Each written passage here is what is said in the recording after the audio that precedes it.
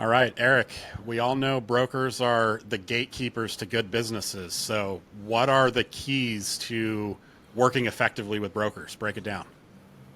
Yeah, that's a great question, Kevin.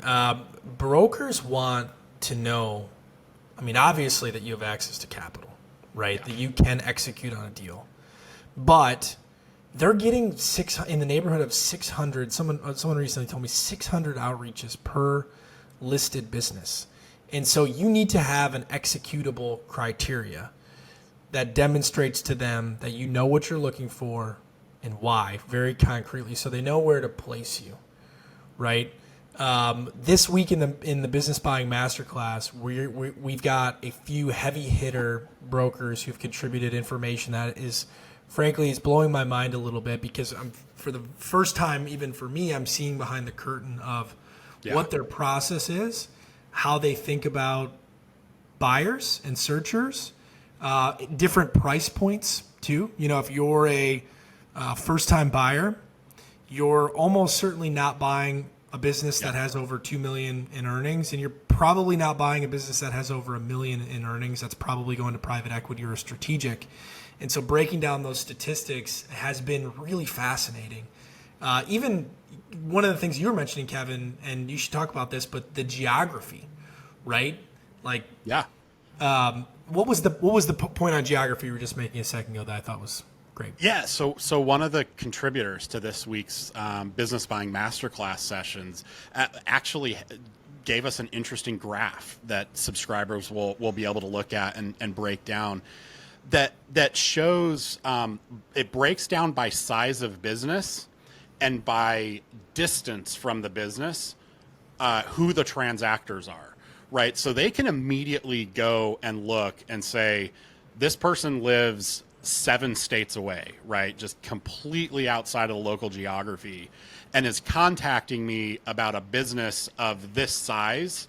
I can immediately go look as a broker and know that the likelihood of that person transacting on that business is a third or a quarter what it is to someone, a potential buyer that reaches out to me within 20 miles, right? Within the local geography, right? And so as a buyer, if you're in Texas looking at a business in North Carolina and you know that information, you can craft the way you do your initial outreach to that broker to overcome that divide, because you know that broker is going to look at you way differently than someone in Raleigh that's reaching out to the broker about the same business in North Carolina, right? Just super fascinating, and I think invaluable data to buyers at a pretty granular level to understand what the brokers have access to when they're deciding how much time to devote to an Yeah. inbound Who lead. passes the sniff test and who doesn't? Exactly. Because I would imagine it is a sniff test for when you're getting 600 outreaches on a listed business. But also of interest to me was the curtain being pulled back on the listing process, right? Because Yeah. a lot happens before a business is listed. They try to sell this business actively, in a multitude of ways before that business hits biz buy sell or another brokerage. And figuring out how I get on that list of people that the broker is going to reach out to without looking like another, I've dubbed the phrase diet private equity. You've got these searchers who have these amazing websites. They've got these search criterias. They look like private equity. In fact, you wouldn't be able to tell unless you were in the business, is this private equity or is this just a dude who's got a website?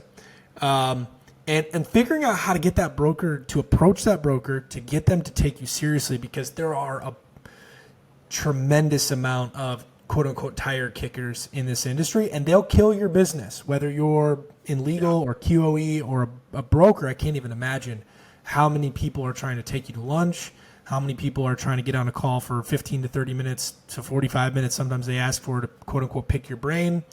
And you can't take all of those meetings.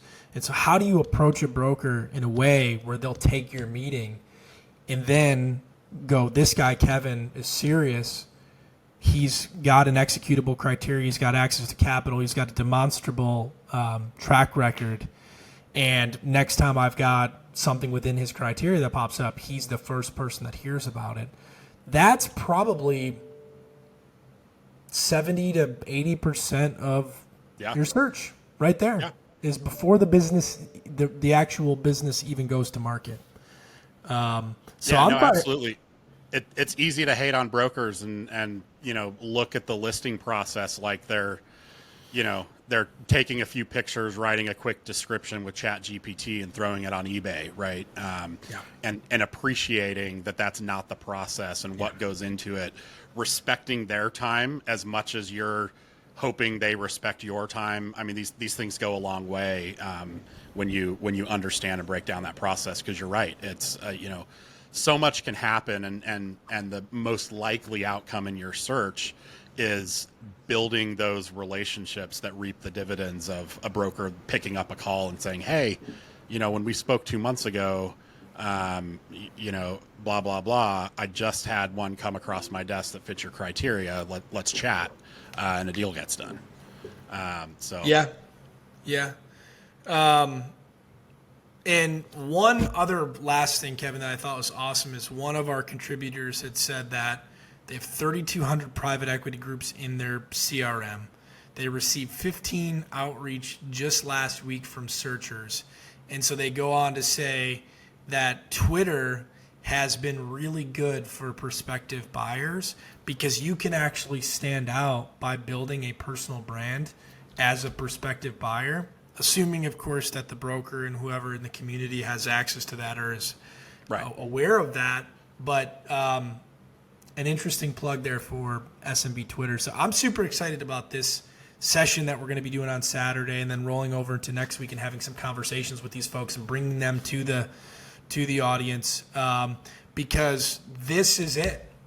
Yeah. If listeners and readers get nothing else from this masterclass, if they can figure out how to find actionable deals and be taken seriously, the rest will fall into place, I think. Yeah. That's right.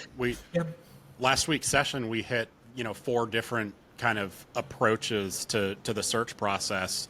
But working with brokers is the 100-pound gorilla, right? I mean, this is the way so many deals get done, and I agree with you wholeheartedly. If you took nothing else from the masterclass, like this is it. This really is. So super pumped for this session and the ones to come, breaking this stuff down. Some good conversations in the works around that session with the contributing brokers, and this will be exciting.